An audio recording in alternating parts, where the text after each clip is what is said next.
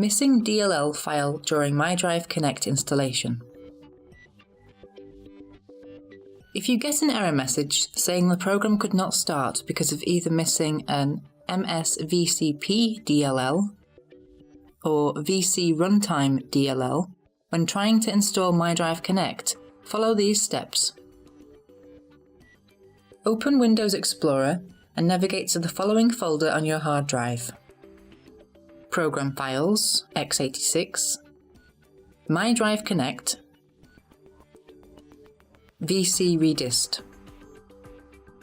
Here, double-click on VC Redist _x86exe and follow the instructions of the installer.